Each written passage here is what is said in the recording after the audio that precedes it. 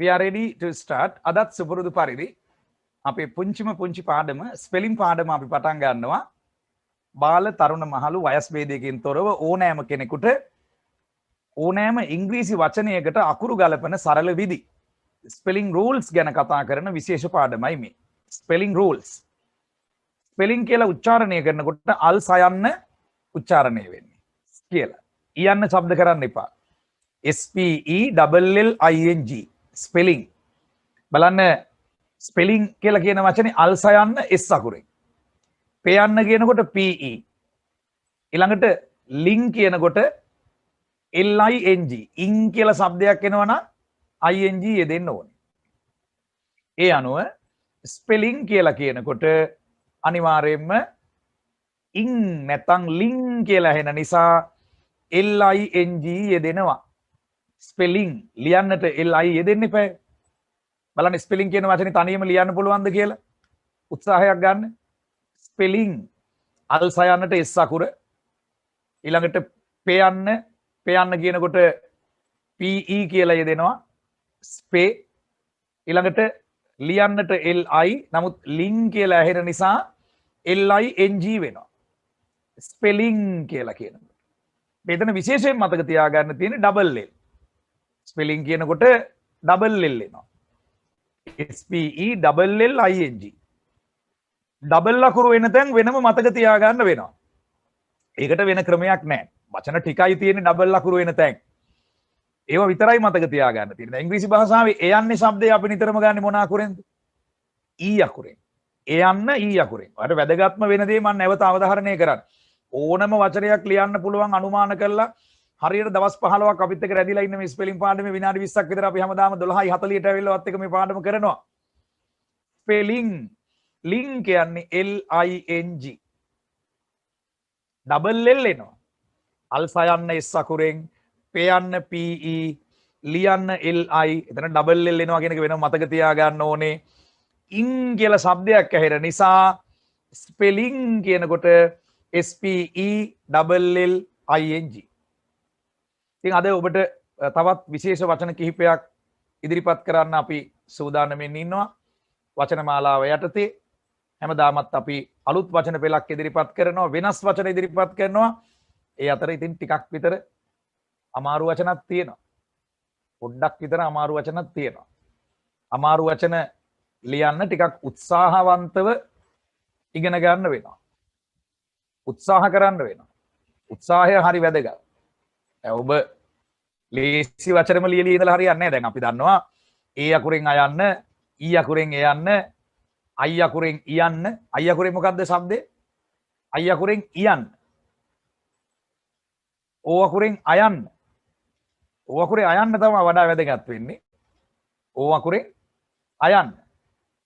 You අකුරෙන් අයන්නයි උයන්නයි. You අකුරෙන් අයන්නයි උයන්නයි.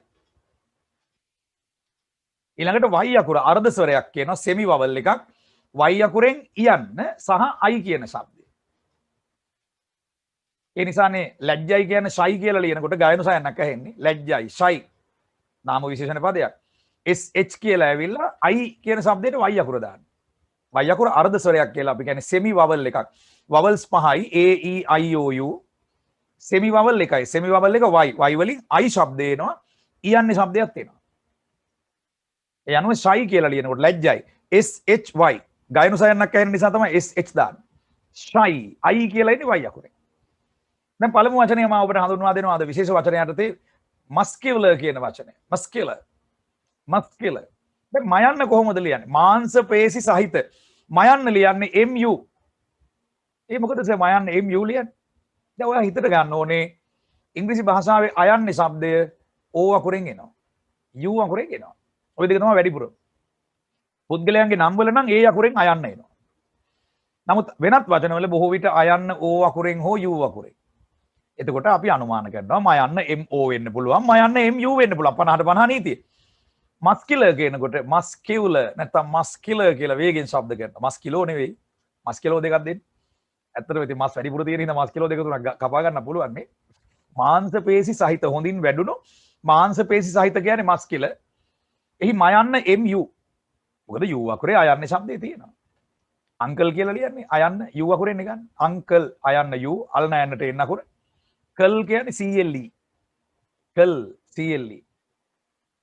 හරි. අපි මස්කියුලර් බලලා මස්කියුලර් මාංශ පේශි සහිත මයන්න MU අල් සයන්න S අකුරෙන් මස් මේවා ලියන්න ඕනේ ඔයගොල්ලෝ පුහුණු වෙන්න. ඊළඟට Q කියලා එනවා. Q කියනකොට මොකක්ද ඇහෙන්නේ? කයන්නයි යන්සයට පාපිල්ලයි. කයන්නයි යන්සයට පාපිල්ලයි. කයන්න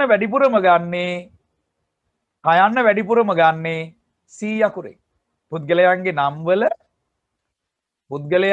වල K අකුර කයන්නට. වෙනත් අවස්ථාවල කයන්න වැඩිපුරම වෙන්නේ C අකුරෙන්. දැන් මෙතන Q කියලා එන නිසා CU. CU නම් Q, BU නම් BU, RU නම් RU, MU නම් MU. ඒකනේ මියුට් කියලා අපි ලියන්නේ අර රිමෝට් කන්ට්‍රෝල් එකේ තියෙන මියුට් බටන් එක ගොලු කරන්නේ ටීවී එක. මියුට් MU අර යන්සේට පාපිල් වෙනකොට U අකුර. අල්ට යන්න TE. අගට එන හල් අකුර E අකුරක් හසා බැඳි. මියුට් මේවා ලියන්න. MUTE පෑනක් කොලයක් අතට ගන්න.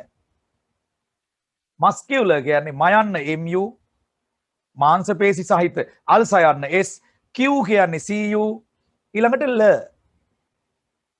ල කියනකොට පොඩි ඇදීමක් තියෙන නිසා නිහඬ ආර අකුරක් එනවා LAR. එතන එන්නේ LAR. ලයන්න LA එතන නමුත් අර ඇදීමකුත් එක්ක එන නිසා ආර අකුරකුත් එනවා. දැන් අයන්නේ શબ્දය A අකුරෙන් ගන්නවා, අයන්නේ શબ્දය O අකුරෙන් ගන්නවා, අයන්නේ શબ્දය U අකුරෙන් ගන්නවා, අයන්නේ શબ્දය E අකුරෙනුත් ගන්නවා. ඊටාම අඩුවෙන් නමුත් අයන්න E අකුරෙන් ගන්නවා. මතක තියාගන්න. අයන්නේ શબ્ද හතරක් තියෙනවා. O අකුර, U අකුර ප්‍රධානයි. ඊළඟට A අකුර, E අකුර. අඩුවෙන්ම එන්නේ අයන්න E අකුරෙන්. බලමු වචන ලියමින් බලමු.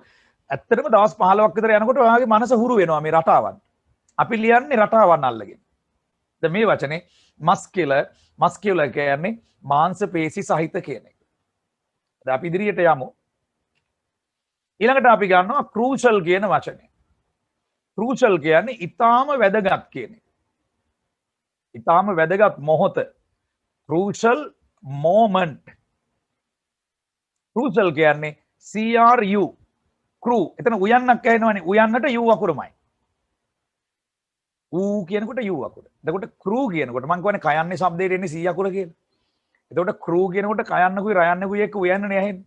crew crew එහෙනම් CRU. ඊළඟට ඉංග්‍රීසි භාෂාවේ ජනප්‍රිය සයන්නක් තමයි CIA සයන්. 아무තු සයන්නක් නෙවෙයි මේක. අපි දන්නවා අපි ගාව පූර්ව නිගමනයක් තියෙනවා. ඉංග්‍රීසි භාෂාවේ පයනු සයන්න TIO. ඒ වගේම SIO සයන්නක් තියෙනවා. CIA සයන්නක් තියෙනවා. ලියාගන්නේ සයන තුන. ඒතර අපි පූර්ව නිගමනයක ඉන්නවා. සයන තුනක් තියෙනවා මෙන්න මේ වගේ. මොකද්ද මෙතන එන සයන්න කියලා අපි දැකපු ගමන් මෙතන එන්නේ CIA සයන්න කියලා. අක්ෂර සංයෝජනය අපි හඳුන ගන්නවා. මතකය ස්වභාවිකව පිහිටනවා. සයන තුන ලියාගන්න. TIO සයන්. TIO පයනු සයන්. SIO සයන්. SIO සයන්. CIA සයන්. CIA සයන්නත් තමයි. දැන් decision කියලා ලියනකොට SIO සයන්නේ. decision D යන්න DE. C යන්න CI DC. C යන්නට එතන එන්නේ CI. සයන්න SIO. අල්න යන්න එන්නකොට. ඔයගොල්ලෝ පෑනක් තියෙනවා නම් ගොඩක් හොඳයි. මම දන්නේ පෑන් පැන්සල් නැහැ සමහරුන්ගේ අතේ නිකන් අහන් ඉන්නවා විතරයි. ඒ වුණා ඔබ අසාර්ථකයි. ලෝකේ බිලියන ගණන් ශිෂ්‍යයන් මේ ක්‍රමයට වචනමාලාව සාර්ථකව අනුමාන කරලා ලියනවා. ස්පෙලිං හොඳට පුළුවන් කරගන්නවා. ඔයාගේ කරුමෙම පෑනක් අතර අරන් නැහැ. ඔහි බලන් ඉන්නවා මේ කවුද අපිට ස්පෙලිං උගන්වන්නේ කියලා නේ. true කියන්නේ CRU, පයනු සයන්න CIA, අල්ල යන්න L අකුරෙන්. හල් අකුරකට එක අකුරයි එන්නේ. crucial ඊටාම වැදගත්. crucial moment. moment කියන්නේ මොහොත. moment කියන්නේ මොහොත. MOMENT. MO කියන්නේ මෝ. එතන මයන්න ME. අඩුවෙන් මේන මයන්න තමයි ඔය. අඩුවෙන් මේන අයන්නේ શબ્දේ තමයි E අකුර. නමුත් ඒක මෙතන තියෙනවා. moment. MO මෝ. මයන්න ME. අල්න යන්නට N අකුර. අල්ට යන්නට T අකුර. moment. moment. දැන් අපි ලිව්වේ crucial moment. ඊටාම වැදගත් මොහොත. This is a crucial moment. මේක ඊටාම වැදගත් මොහොතක්. අමාරු වචනත් ඉගෙන ගන්න ඕනේ. මම සෑම පාඩම් දෙකකට වරක්ම අමාරු වචනයි සරල වචනයි මිශ්‍රව කරන්න. හැමදාම අපි හම්බ වෙනවනේ 12:40. අපේ 6:15ට තියෙනවා අනිත් පාඩම 6:15ට අපේ ව්‍යාකරණ පාඩම සජීවීව YouTube ඔස්සේ. ඉතින් මගේ පන්ති ගැනත් මම තප්පරයක් මතක් කරන්නම් මේ අතර. අපේ අලුත්ම පන්තිය පෙබරවාරි 18 ආරම්භ වෙනවා. ඔබට සම්බන්ධ වෙන්න පුළුවන්. WhatsApp හරහා හෝ Zoom online හරහා පන්තියට සම්බන්ධ වෙන්න පුළුවන්කම තියෙනවා.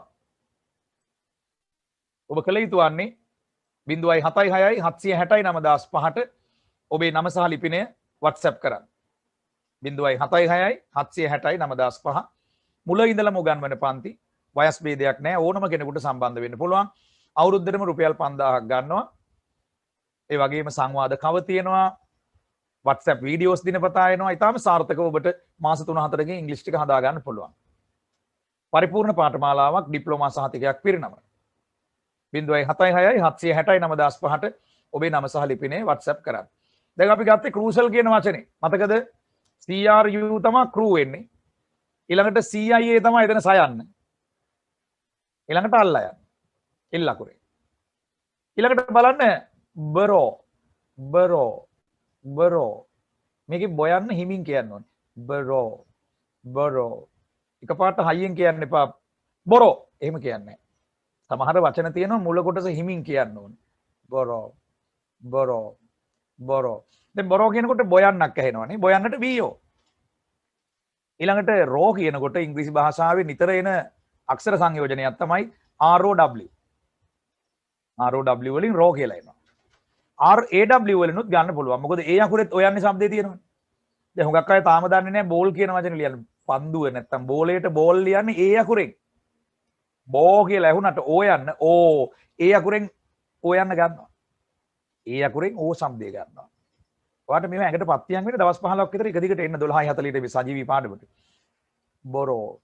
එතකොට බොයන්න බීෝ රෝ කියන්නේ ලියා ගන්නකො රෝ શબ્දයේ දෙන ආකාර දෙක ROW RAW.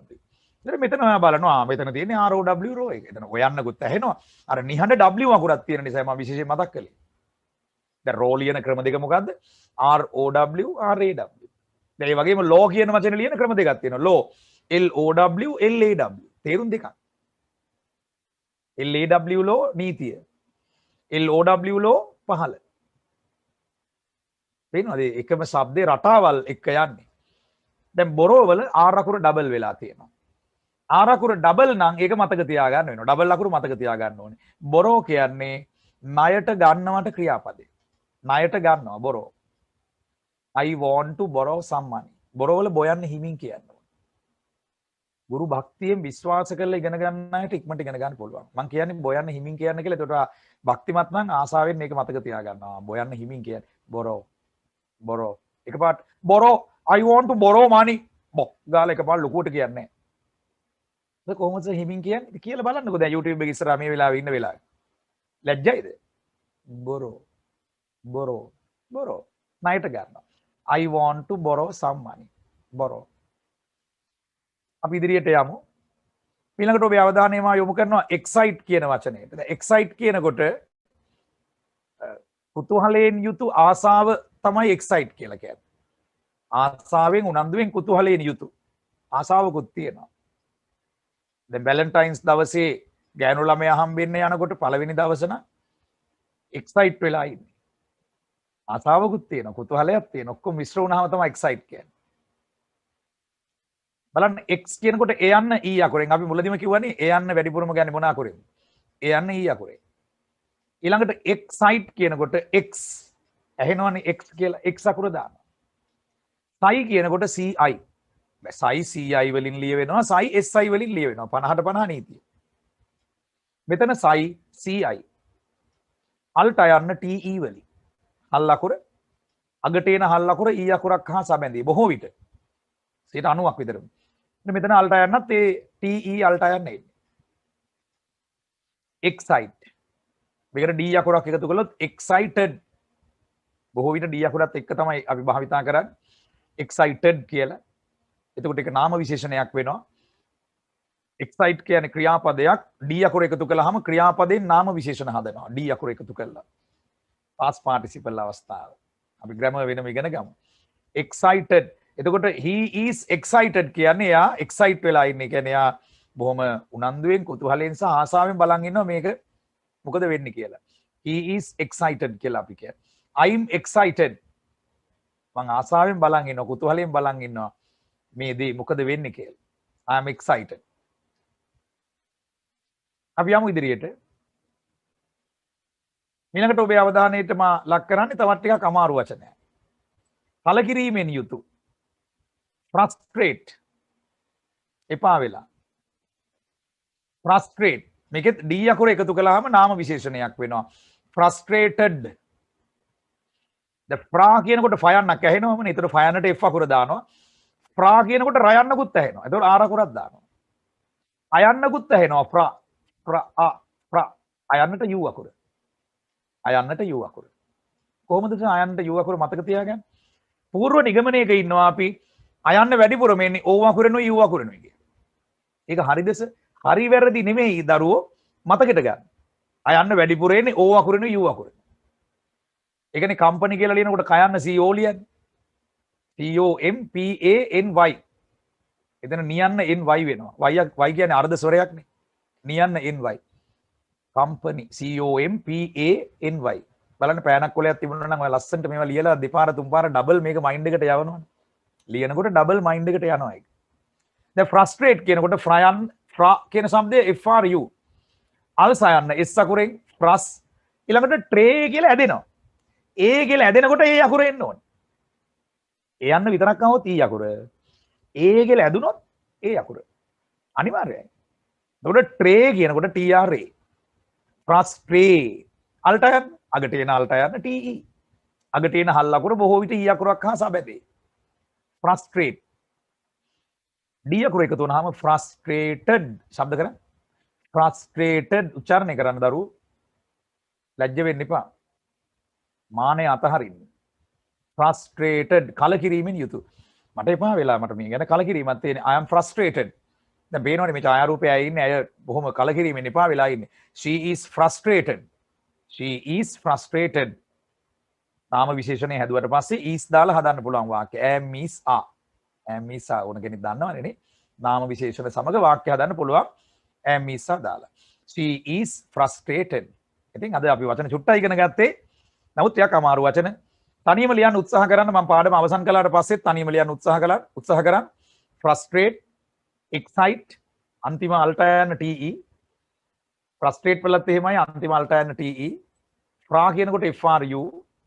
excite කියනකොට කුතුහලයෙන් යුතු ආසාව.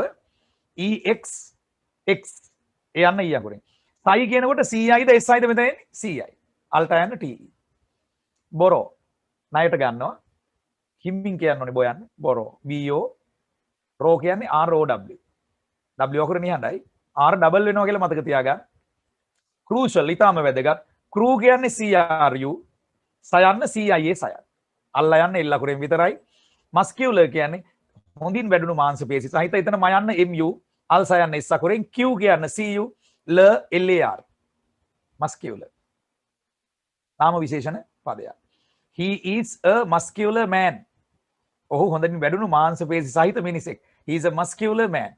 He is muscular කියලා විතරක් කියන්නත් පුළුවන්. නාම විශේෂණයක් am is are සමග යෙදිය හැක. He is muscular. ඉතින් අපි පන්ති ගැන අවසාන වශයෙන් තප්පරයක් මතක් කරනවා. අපේ අලුත්ම පන්තිය පෙබරවාරි 18 ආරම්භ වෙනවා ඔන්ලයින් පන්තිය. Zoom ඔන්ලයින් පන්තිය. WhatsApp හරහා විතරක් සම්බන්ධ වෙන්නත් පුළුවන්. වයස් භේදයක් නැහැ. ඕනම කෙනෙකුට සම්බන්ධ වෙන්න පුළුවන්. උදෑසන පන්තිය සතියේ දින 4ක් තියෙනවා. රාත්‍රී පන්තියත් සතියේ දින 4ක් තියෙනවා. වැඩිදුර විස්තර සඳහා 076 760 9005ට ඔබේ නම සහ ලිපිනය WhatsApp කරන්න.